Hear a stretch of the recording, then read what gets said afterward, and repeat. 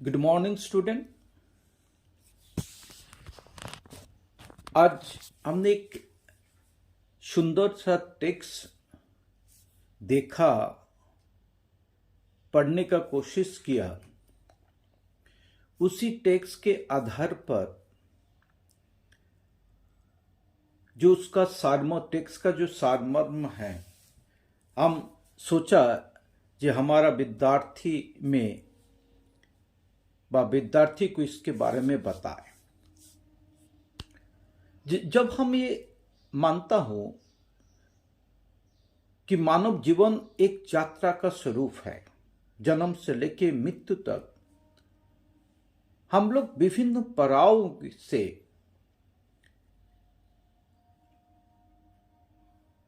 गुजरते हैं, और ये स्वाभाविक भी है। जब हम विभिन्न पड़ाव में जाते हैं तो हमारा सामने चुनौती एवं अवसर, नए नए परिस्थिति, नए नए संघर्ष के आयात करती है। जो मनुष्य नवीन संघर्षों के समक्ष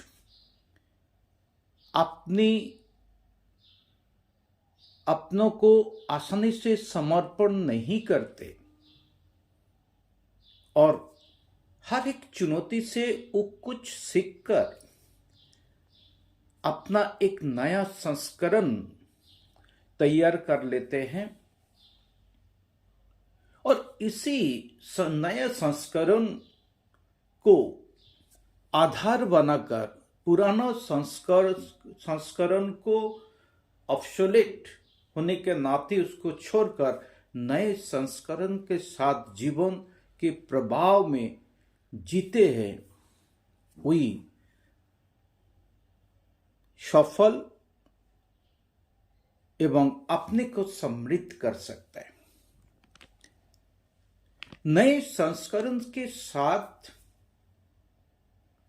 अपने को ढालने के लिए कठोर परिश्रम की भी जरूरत होता है। यदि आप जीवन की धारा में स्वयं को बहने देते हैं, किंचित मात्र हाथ पैर नहीं मारते, तो आपके जो प्रतिभा है वो नैसर्गिक रूप से मिल जाती है, वो भी विकसित नहीं हो पाते पूरी तरह से, क्योंकि आपने परिश्रम नहीं किया। अब नदी के बहाव में से बहते गया, आपका अपना कोई प्रयास नहीं था। अतएव जीवन के प्रभाव के साथ साथ कठोर परिश्रम से नए नए चीजों को सीखना, पुरानों को छोड़ के नए संस्करण के साथ नई चुनौती से, हर एक चुनौती हमारे लिए कुछ ना कुछ सीखने का अवसर लाता है। उस अवसर को भुनाते हुए अपने दिशा और दशा को बदलने का जरूरत है। इसके लिए कठोर परिश्रम करने की जरूरत है। शरीर को ढलना प्रकृति का हाथ में है, मतलब हमारा शरीर कैसे होगा, कैसे रंग रूप होगा, ये सब प्रकृति निर्धारित है। मगर मन को जुबा रखने का प्रयास तथा मन को जुबा कैसे रख सकते, ये हम अपने पर निर्भर करता है। मन को जुबा रखने के सबसे आसान तरीका होता है नित्य नए चीजों को सीखने का जरूरत है।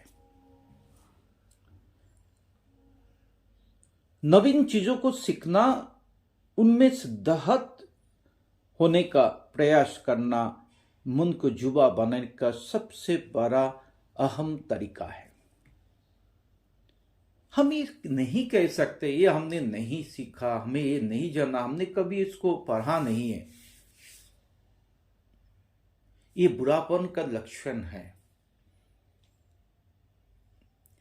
क्योंकि एज एक संख्या है, स्थिति नहीं है। एज एक संख्या का रूप में देखा जाता है। आचार्य विनोबा भावे ने कहा है, जिसने नई चीज सीखने के आशा छोड़ दी है वो बुरा है। यदि आप अपने व्यक्तित्व विकास के लिए प्रयास नहीं करते तो आपके आसपास का लोग भी आपसे रुचि लेना छोड़ देगा, क्योंकि आप ऑब्सोलेट हो गया। समय के दृष्टि से आप ऑब्सोलेट हो गया, आप बूढ़ा हो गया, आप अचल हो गया।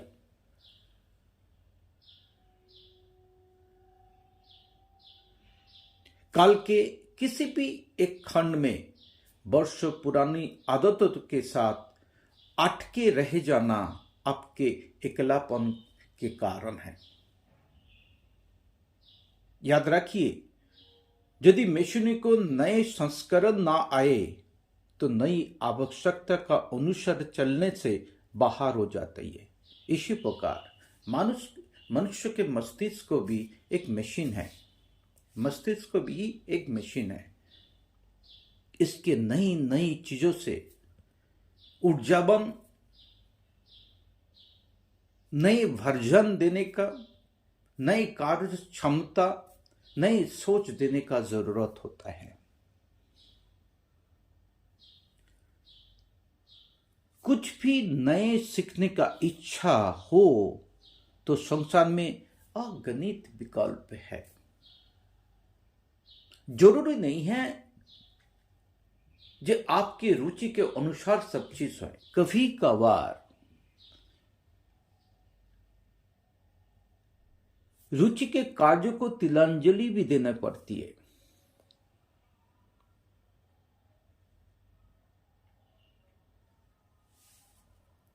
जब जीवन में स्थिरता आ जाए फिर अपनी रुचि के अनुसार कार्य आप कर सकते हैं,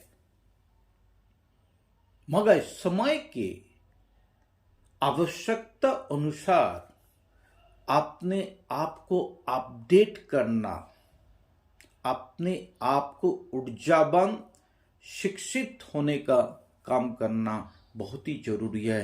इसलिए कहा जाता है कि हर इंसान व मनुष्य के अंदर छात्र होने का जो प्रवणता है, एक विद्यार्थी के जो स्वरूप है हर मानव के अंदर, वो विद्यार्थी के स्वरूप को कभी खत्म नहीं करना चाहिए। हमेशा अपने आप को एक विद्यार्थी के रूप में मानना चाहिए। और विद्यार्थी का काम होता है नए चीज़ों को आजमाना है, उससे सीखना है, समझना है, और उससे समझने के बाद अपने एक नए संस्करण को लॉन्च करना है जीवन में। वास्तविक जीवन में भी हम देखता हूं, जितना भी कंपनी है, चाहे मोबाइल कंपनी है, चाहे कार कंपनी है, चाहे कोई कपड़े का, नए नए ब्रांड नए नए चीजों को लगाता है, क्योंकि पुराना का साथ खत्म हो गया। तो नया नवाचार, बहुत जीवन में भी नवाचार, ये सिर्फ आपको इनोवेशन स्टार्टअप सिर्फ फिजिकल एस्पेक्ट में नहीं है, जीवन में भी startup and innovation is required. ये इनोवेशन आपके शरीर में नहीं, आपके मन को युवा मन बनाने के लिए, ऊर्जावान, अपने आप को स्वयं को ऊर्जावान बनाने के लिए हमेशा नित्य नए चीज़ों को सीखने का प्रयत्न करना चाहिए। और ऐसा कोई करता है तो दुनिया में उसका अपना एक डोमेन होता है, अपना एक परिचय होता है, अपना एक स्थिति, अपना एक विचार, अपना एक कैसे दुनिया, अलग से दुनिया बना लेते हैं। और हमें विश्वास है कि हमारा जो विद्यार्थी है वो कभी कतई नए चीज सीखने से परहेज नहीं करना चाहिए। हमने देखा, जब हमारा क्लास में नए नए विद्यार्थी आते हैं और अंग्रेजी से उसको बहुत ज़्यादा समस्या होता है, प्रथम बार जब आता है क्लास में अंग्रेजी से उसको समस्या, तो अंग्रेजी टर्म से समस्या होता है। पहले सेमेस्टर का बाद थोड़ा उसके अंदर समझ आया, दूसरे तीसरे सेमेस्टर तक वो इतना यूज्ड हो जाता है, फिर हमें पूछने लगता है सर मैं अंग्रेजी में लिख सकता हूं आंसर।